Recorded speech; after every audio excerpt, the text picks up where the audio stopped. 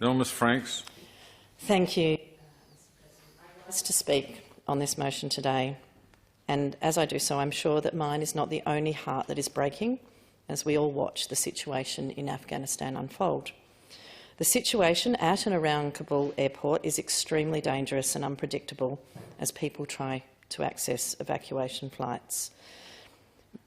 This motion, and I hope this council, calls on the federal government to provide 20,000 permanent protection visas in addition to Australia's annual humanitarian intake for Afghan people with a well-founded fear of persecution by the Taliban in Afghanistan. These visas are crucial to protect women, to protect human rights advocates, LGBTIQ+ people, alumni of Australian universities, journalists, Afghan government workers and people from ethnic and religious minorities previously persecuted by the Taliban. Australia must act now as a good global citizen and do what we can to support people on the ground, especially those women and girls who are facing a massive curtailing of their rights, living through this dire situation. Even in the interim, we should be issuing bridging visas to allow people to get out, to help Afghan people who have fought for Australian armed forces or consulates, partners of Australian permanent residents and citizens, and people who have applied for humanitarian visas so that they can at least have a chance to reach safety or to stay here in safety.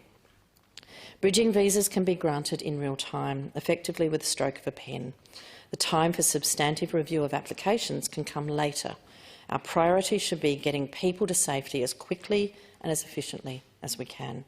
The Australian government has for months ignored urgent calls for evacuation flights and visas for translators and diplomats, and now it may be too late to ensure their safety. We owe it to the people who helped us to now help them. Like so many others this morning, I was both relieved and thrilled to hear that we've had that first plane full of families touch down at Adelaide Airport. We've been able to bring over 100 people to safety today. I'm hopeful we are able to do much more. We must also be supporting and sending aid on the ground in Afghanistan, particularly after further warnings that we've received this morning that without urgent aid we are facing a humanitarian disaster, with approximately 14 million people, a third of the population, facing starvation. The United Nations World Food Programme has warned that without additional funds, they will start to run out of food in September. We need to urgently take action, and Australia's 20-year involvement in Afghanistan has contributed to this moment. We must not abandon the people of Afghanistan at this moment. This crisis we are now in, we now see, is yet another example of how violent wars fail people. We saw it with Vietnam and we see it now with Afghanistan.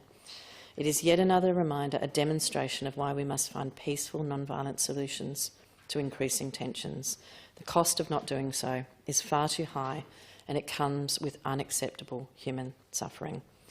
In the face of this, accepting 20,000 humanitarian entrants and offering permanent protection for Afghan citizens in Australia is quite literally the very least we can do.